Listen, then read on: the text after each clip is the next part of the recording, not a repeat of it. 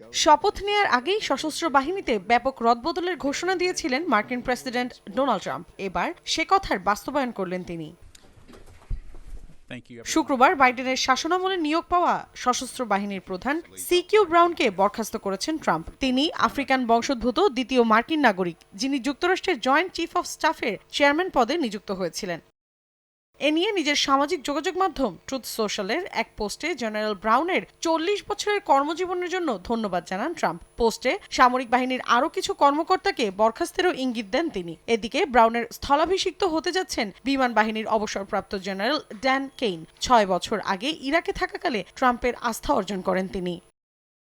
একই দিন নৌবাহিনীর প্রধান অ্যাডমিরাল লিসা ফ্রাঙ্কচেট্টি ও বিমান বাহিনীর উপপ্রধান জেনারেল জেমস স্লিফকে বরখাস্তের ঘোষণা দিয়েছেন মার্কিন প্রতিরক্ষামন্ত্রী। লিসা যুক্তরাষ্ট্রের ইতিহাসে প্রথম জয়েন্ট চিফ অব স্টাফ এবং নৌবাহিনীর প্রথম নারী প্রধান ছিলেন, যদিও সে সময় লিসা নৌপ্রধান হওয়া নিয়ে অসন্তুষ্ট ছিলেন ট্রাম্প।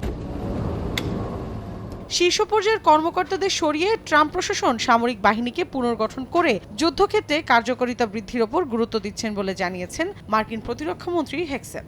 তবে বিশ্লেষকরা বলছেন, প্রেসিডেন্টের এমন পদক্ষেপ প্রশাসন রাজনীতিকীকরণের অংশ।